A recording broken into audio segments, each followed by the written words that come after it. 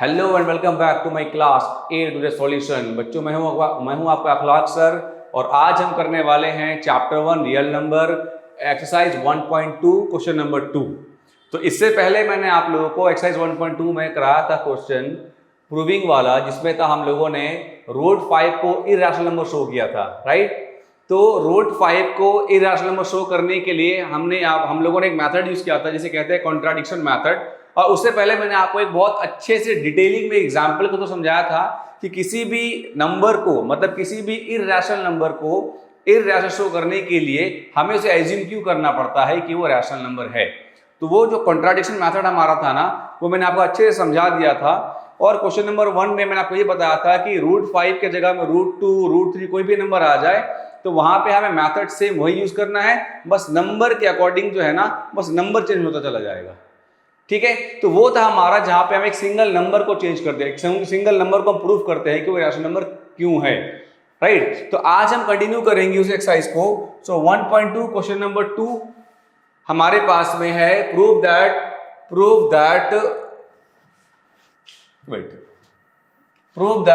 3 + 2 root 5 is irrational.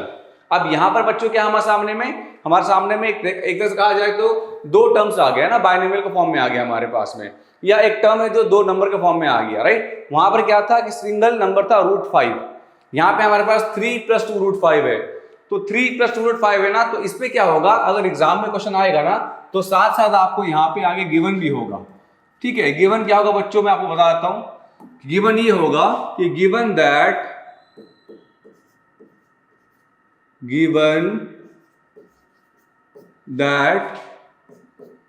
Under root 5 is irrational. ये आपको exam में गिवन होगा।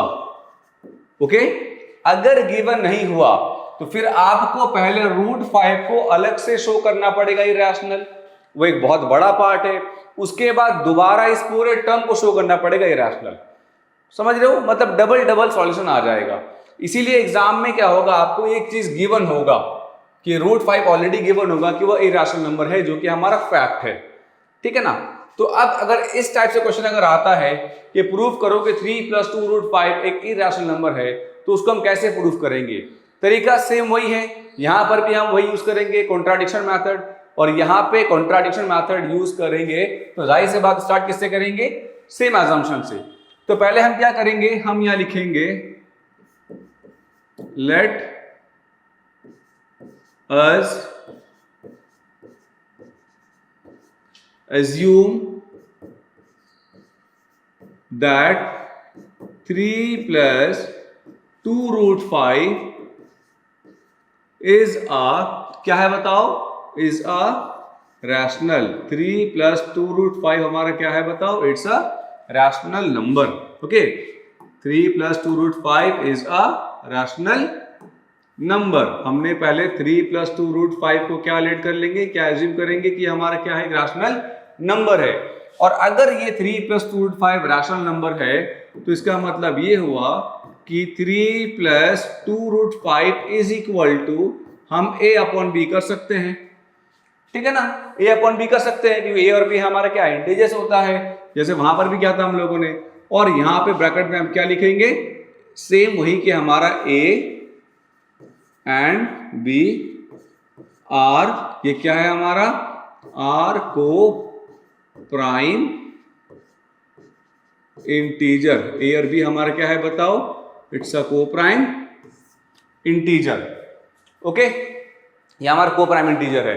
अब इसके बाद जो है ना, हम यहां पे क्या करेंगे, आ जाओ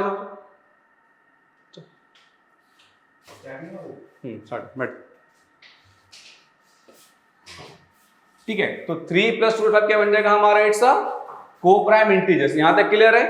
अब क्या है इसके बाद यहां पर, अब यहां से हमारा मेन स्टार्ट होगा इसका सॉल्यूशन। हम क्या करेंगे, हम यहां पे जो रूट का नंबर है ना उसको हम रखेंगे लेफ्ट साइड में, और रूट के नंबर के साथ जो भी टर्म साथ में है इन्वॉल्व है, चाहे वो प्लस में हो या मल्टीप्लाई में हो, उन सबको 1 बाय 1 क्या करेंगे, हम यहां से ट्रांसफर करेंगे। ठीक है ना। तो जब हम यहां से या लेफ्ट हैंड साइड से राइट में ट्रांसफर करेंगे तो जाहिर सी बात है साइन क्या हो जाएगा, उसका चेंज हो जाएगा।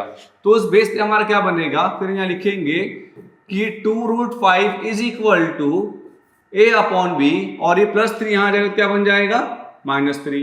देन इसके बाद क्या होगा, 2√5 इज इक्वल टू, जब आप इसका एलसीएम लोगे तो a -3b अपॉन क्या बनेगा b। उसके बाद फाइनली क्या करेंगे हम, फिर √5 is equal to a -3b upon, ये 2 यहाँ मल्टीप्लाई में यहाँ जाएगा डिवाइड में, तो जब ये डिवाइड में आएगा तो किससे मल्टीप्लाई होगा 2 से, तो फाइनली क्या बन गया हमारा a -3b अपॉन 2b। अब यहां तक होने के बाद में अब यहां पे हम क्या करेंगे, स्टॉप, क्योंकि रूट का नंबर यहां पे बच गया हमारे पास में। फिर यह स्टेटमेंट हम क्या लिखेंगे, हम स्टेटमेंट लिखेंगे यहां पे कि सिंस a एंड b, ये हमारा a और b क्या है बताओ, a and b are integers, a और b हमारा क्या है बताओ, a and b are integers. So अगर इंटीजर्स है तो सो क्या हो जाएगा हमारा बताओ, कि a -3b अपॉन 2b क्या बन जाएगा, इज अ रैशनल। ठीक है, ये हमारा क्या बन गया, रैशनल। तो अगर ये रैशनल है, अगर ये हमारा रैशनल नंबर है, तो सामने कौन सा नंबर है बताओ, सामने हमारा √5 है। तो अगर सामने हमारा √5 है तो ये हमारा क्या है, ये हमारा इरैशनल नंबर है। जाहिर सी बात है, क्योंकि यहाँ पे लिखा हुआ था गिवन दैट √5 क्या हमारा इरैशनल नंबर है। तो अगर ये नंबर रैशनल है और ये नंबर इरैशनल है, तो ये क्या हो गया, ये एक तरह से कभी पॉसिबल हो ही नहीं सकता कि इरैशनल नंबर जो होगा वो कभी भी रैशनल नंबर इक्वल नहीं होगा। ये तो फैक्ट है हमारे पास में। बट अगर हम लोगों ने यहाँ पे लिखा कि a और b इंटीजर्स है और a -3b upon 2b rational number, तो अगर रैशनल नंबर हुआ तो उसके सामने कौन खड़ा है, √5, और वो रैशनल नंबर है। तो कहीं ना कहीं क्या हो गया, सॉल्यूशन गलत हो गया कि इरैशनल नंबर जो होगा वो कभी भी रैशनल नंबर इक्वल नहीं हो सकता। अब ये गलत क्यों हुआ, ये गलतियां क्यों हुई, क्योंकि हम लोगों ने शुरू में जो एज्यूम किया था, इसको पूरे को क्या एज्यूम किया था कि रैशनल है। यही पर आप इसको रोक करके कॉन्ट्राडिक्ट कर सकते हो, ठीक है ना, सही है। तो फिर हम ये क्या लिखेंगे, यहाँ पे हम यहाँ लिख सकते हैं कि this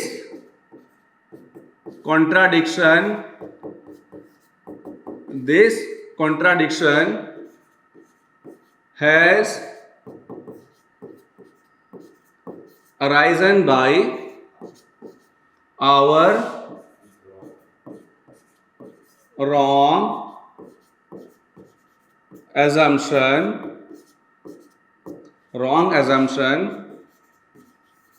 that 3 plus 2√5 is rational। ठीक है, 3 plus 2√5 is rational। ठीक है, फिर आप क्या लिखोगे आगे कि hence 3 plus 2√5 is irrational। एक तो हो गया आपका ये तरीका करने का जो आप शॉर्ट में कर सकते हो, ठीक है, शॉर्ट में कर सकते हो इस तरीके से करके। और अगर थोड़ा सा और डिटेलिंग में जाते हैं इसको, तो ये वाला पार्ट हमने जैसे यहाँ पे सॉल्व कर दिया कि भाई रैशनल नंबर जो हमारा है वो कभी भी इरैशनल नंबर के इक्वल नहीं हो सकता, इसलिए यहाँ से सीधे सीधे आप डाल दोगे यहाँ पे कॉन्ट्राडिक्शन, ठीक है ना। नहीं तो तरीका क्या हो सकता है कि आप क्या करोगे, आप इस वाले इसको छोड़ करके पहले इसको और डिटेल में जाओगे, ठीक है ना। और डिटेल क्या रहेगा इसका, वही बता दूं आपको कि अगर हमारा a और b इंटीजर है और a -3b अपॉन 2b क्या है, रैशनल है, तो अगर ये रैशनल हो गया, ठीक है, therefore √5 is also a rational, क्योंकि रैशनल के सामने कौन खड़ा होता है, रैशनल, ठीक है ना। तो अगर ये हमारा रैशनल नंबर है, मतलब अगर ये साइड अगर हमारा रैशनल नंबर है, तो ये भी क्या होना चाहिए, रैशनल, तभी तो दोनों इक्वल होगा आपस में। फिर आप यहां लिख सकते हो आगे कि but the fact to the contradiction, ठीक है, but the fact to the contradiction is that कि √5 क्या है हमारा, इज इरैशनल, है ना, ये हमारा गिवन है, इज इरैशनल, ठीक है, कि फैक्ट हमारा क्या है कि हमारा क्या इरैशनल है। अब यहां तक क्लियर हो गया कि भाई ये तो अगर हमारा रैशनल है तो सामने कौन खड़ा है, √5, वो भी रैशनल नंबर होना चाहिए, वो भी रैशनल नंबर होना चाहिए। बट फैक्ट क्या है कि √5 हमारा क्या है बताओ, इरैशनल है। तो इसका मतलब क्या हुआ कि कहीं ना कहीं ये हो गया कॉन्ट्राडिक्शन। है ना। फिर इसके आगे आप यहां पे लिखोगे कि दिस contradiction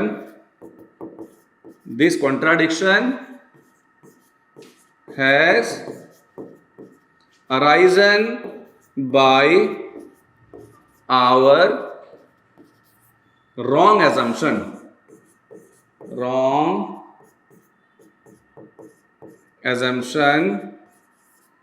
that क्या हमने एज्यूम किया था कि 3 +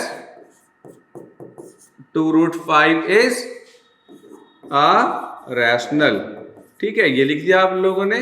उसके बाद हैंस क्या हो जाएगा हमारा, तो यहां लिखोगे आप hence 3 + 2√5 is irrational number. Clear है। तो दो तरीके से बताया कि आप चाहो सिंपली पे कर सकते हो कि rational number can not be equal to irrational number, इसलिए वहीं से डाल दो कॉन्ट्रडिक्शन। या फिर अगर आपने इसको माना है कि ये हमारा क्या है बताओ रैशनल है, तो अगर ये नंबर रैशनल है तो सामने कौन खड़ा है √5, तो √5 भी क्या हो जाएगा रैशनल हो जाएगा। बट फैक्ट क्या था कि √5 हमारा क्या है इरेशनल है। तो यहाँ पे आ गया हमारा कॉन्ट्रडिक्शन, उसको एक्सप्लेन कर दोगे उसको। तो एक तरीका ये होता करने का सॉल्व इसको, ठीक है ना। अब ऐसे ही कोई सा भी नंबर आया हमारे पास में, ऐसे हमारा कोई सा भी नंबर आएगा ना, हम उसको सेम पैटर्न पे सॉल्व कर सकते हैं कि जो नंबर रहेगा साथ यहां रखोगे, रूट के नंबर को शिफ्ट करते चले जाना।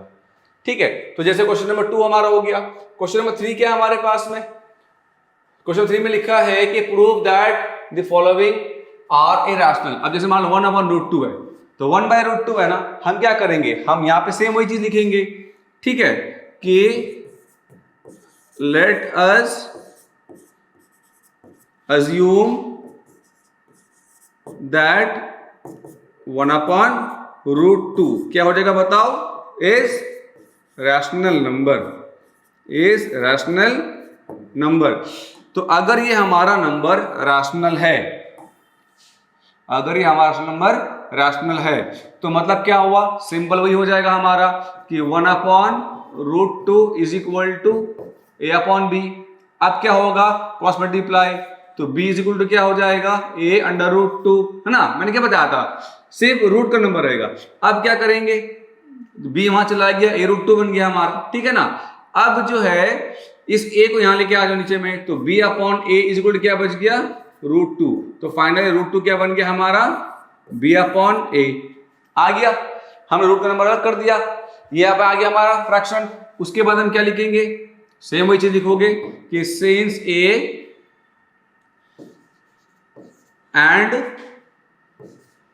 b, a और b हमारा क्या है बताओ are integer, a and b are integers, so b/a क्या है हमारा b/a। तो ये b/a हमारा क्या बनेगा बताओ b/a, सो b/a क्या बनेगा इज अ रैशनल नंबर। और अगर b/a रैशनल नंबर है तो b/a के सामने कौन खड़ा है √2। तो फिर हम क्या लिखेंगे यहाँ पे कि देयरफॉर √2 इज ऑल्सो क्या बनना चाहिए अ रैशनल नंबर। फिर आएगा यहाँ पे क्या फैक्ट क्या रहेगा, √2 हमारा क्या है इरेशनल है। तो फिर हम यहाँ क्या लिखेंगे, हम यहाँ लिखेंगे but the fact to the contradiction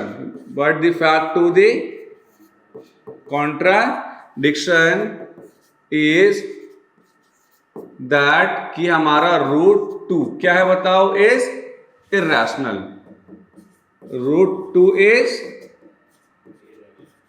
irrational. अब सिंपल सी बात है, ये नंबर क्या निकला हमारा रैशनल, ये नंबर क्या निकला हमारा इरेशनल, और दोनों में हमने क्या रखा इक्वल। तो मतलब क्या हुआ, अगेन कॉन्ट्रडिक्शन आ गया, है ना। तो फिर क्या लिखेंगे आगे हम कि this contradiction has arisen by our wrong assumption arisen by our wrong assumption. क्या assume किया था बताओ? That 1 upon root 2 is irrational, हमने ये assume किया था, ठीक है ना? तो सेम वही चीज आ रहा है ना, irrational नंबर। फिर लास्ट में क्या लिखोगे आप? hence 1 upon root 2 is irrational। तो इसे कहते हैं कॉन्ट्राडिक्शन मेथड। नंबर कोई सा भी रहेगा, पैटर्न सेम रहेगा। क्लियर हो गया? बस क्या करना सामने कि इस जो भी टर्म है ना, वहां पे सिर्फ रूट का नंबर को एक साइड करो, बाकी सारे वेरिएबल जो भी टर्म हो सबको भेज दो यहाँ पे, ठीक है ना? क्लियर हो गया? अब जैसे मान चलो हमारा सेकंड पार्ट है, अब ये करना है, हम क्या करेंगे, तो जहां जहां पे हमें प्रूफ करना है कि 7√5 क्या हमारा रैशनल नंबर है, तो हम क्या एज्यूम करेंगे बताओ? अब देखो मैं इसी को करा रहा हूं कॉपी पेस्ट। क्या एज्यूम करेंगे? यहाँ पे हमारा क्या आ जाएगा बताओ? यहाँ पे आ जाएगा आपका 7√2। तो हम जहां जहां पे रूट है वहां पे क्या लगाएंगे बताओ? हम √5 लगाएंगे। यहाँ पे जहां जहां पे 2 है वहां पे क्या लगाएंगे? हम 5 लगाएंगे, ठीक है ना? तो फिर यहाँ पर भी देखते जाओ, अब क्या हो जाएगा हमारा यहाँ √5, ठीक है। अब जो है देखो हम क्या करते हैं यहाँ पे, अब जैसे मान लो हमने जो है यहाँ पे एज्यूम कर लिया कि 7√5 रैशनल नंबर है, तो उसके मतलब क्या हुआ? इसका मतलब ये हुआ कि यहाँ पे हमारा क्या आएगा? 7√5 इसमें b अपॉन है। अब इसके बाद यहां से क्या रहेगा हमारा कि 7 यहां पर क्या है? 7 यहां पर क्या है बताओ? मल्टीप्लाई में यहां पे क्या आ जाएगा? तो यहां क्या बचा हमारे पास? √5 is equal to a upon 7b। यहां तक कर लिया। अब ये हमारा खत्म, यहां से इसका कोई रोल नहीं है ना, अब यहां तक खत्म है। अब यहां बच गया रूट का नंबर, यहां बच गया 7b। अब यहां से आ जाओगे a and b are integers, ठीक है। सो क्या आ जाएगा यहाँ पे? अब यहाँ पे क्या चेंज हो जाएगा हमारा? यहाँ पे हम लिखेंगे ये वाला टर्म, ठीक है ना? क्या लिखेंगे कि सो a upon 7b is rational number, ठीक है ना? देयरफॉर यहाँ पे क्या था हमारा? √5। क्या अगर ये रैशनल नंबर है तो ये भी क्या होगा हमारा? रैशनल नंबर होगा। बट द फैक्ट क्या बताओ हमारा कंडीशन में कि जो हमारा √5 है, यहाँ पे क्या लिखेंगे हम? √5 क्या है बताओ? इरेशनल है। So this contradiction is arisen by our wrong assumption. क्या एज्यूम किया था हम लोगों ने? हम लोग यहाँ पे एज्यूम किया था 7√5 को, तो यहाँ पे क्या आ जाएगा? 7√5 इज इरेशनल। हेंस क्या बन जाएगा बताओ? हेंस ये बन जाएगा हमारा 7√5 क्या है? Is irrational. सेम है ना? ऐसे तो होगा, ठीक है ना? कि जहां जहां पर रहेगा टोटल, वो जहां जहां पे नंबर आप चेंज करते जाओ उसको। क्लियर है? इसके बाद जैसे मान के चलो हमारे पास कौन से पार्ट है बताओ? थर्ड पार्ट है। अब थर्ड पार्ट कैसे करोगे? तो यहां पर हम क्या करेंगे? हम पहले यहाँ पे एज्यूम कर लेंगे इसको, ठीक है? क्या एज्यूम करेंगे यहाँ बताओ? हम यहाँ पे एज्यूम कर लेंगे कि 6 प्लस √2 इज रैशनल नंबर। और अगर रैशनल नंबर अगर है तो फिर यहाँ पे क्या होगा हमारा? हम यहाँ पे क्या लिखेंगे? हम यहाँ पे लिखेंगे कि 6 plus √2 is equal to a upon B, और √2 क्या बन जाएगा हमारा? a अपॉन बी माइनस 6, और √2 क्या बनेगा हमारा? a minus 6b upon b, ये बनेगा ना? अब क्या है अगेन? अब ये हमारा क्या है? रैशनल नंबर है। अब ये हमारा रूट का नंबर छूट गया। अब यहाँ स्टेटमेंट स्टार्ट कर दो कि a and b are integers. So हमारा यहाँ पे यहां पर क्या बन जाएगा हमारा कि a minus 6b upon B, a minus 6b upon B क्या हो गया? रैशनल। अगर रैशनल नंबर है तो जाहिर सी बात है यहां पर क्या आएगा हमारा बताओ? √2, ये भी क्या हो गया? रैशनल। अब ये रैशनल नंबर है और रूट का हमारा क्या नंबर है बताओ? इरेशनल नंबर है। इक्वल होगा आपस में? इक्वल नहीं होगा, क्योंकि हमारा फैक्ट क्या था? But the fact to the contrary क्या था हमारा बताओ? कि √2 यहां पर क्या आएगा? √2 है ना? नंबर चेंज करते जाओ। √2 इज इरेशनल।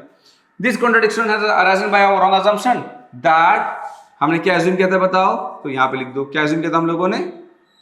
6 प्लस √2, ठीक है, is a rational number. Hence क्या बन जाएगा? तो यहां पे क्या लिखेंगे हम यहां पे लिखेंगे 6 प्लस √2 इज इरेशनल नंबर। समझ में आया? सिर्फ नंबर को आप लेते चले जाओ, पैटर्न सब कुछ सेम रहेगा, ठीक है? तो ये हमारा एक्सरसाइज 1.2 था। आई होप समझ में आया होगा आपको अच्छी तरीके से, ठीक है ना? इसकी तरह जो भी क्वेश्चन बन के आता पैटर्न में, आप उसको सेम वे पे सॉल्व कर सकते हो आराम से। ओके, अगेन मैं बोलूंगा आपको कि जब आप पैटर्न यूज करते हो, मैंने आपको ट्रिक बता दिया, बट थोड़ा सा माइंड यूज करना कि जो कैलकुलेशन होता है ना वो नंबर के अकॉर्डिंग होता है। उसको में पैटर्न का रूल नहीं रहता है ना, तो ध्यान से करना। ठीक है बच्चों, तो ये हमारा हो गया चैप्टर 1 एनसीईआरटी कंप्लीट। जब मैं इसके 100 क्वेश्चन का बनाऊंगा बोर्ड के क्वेश्चन अकॉर्डिंगली, तो फिर मैं आपको इसके 100 क्वेश्चन भी करा दूंगा साथ साथ में। तब तक के लिए आप प्रैक्टिस करते रहो और मेहनत करते रहो, प्रैक्टिस करते रहो। मिलते हैं नेक्स्ट क्लास में with new chapter. Okay, take care, bye bye.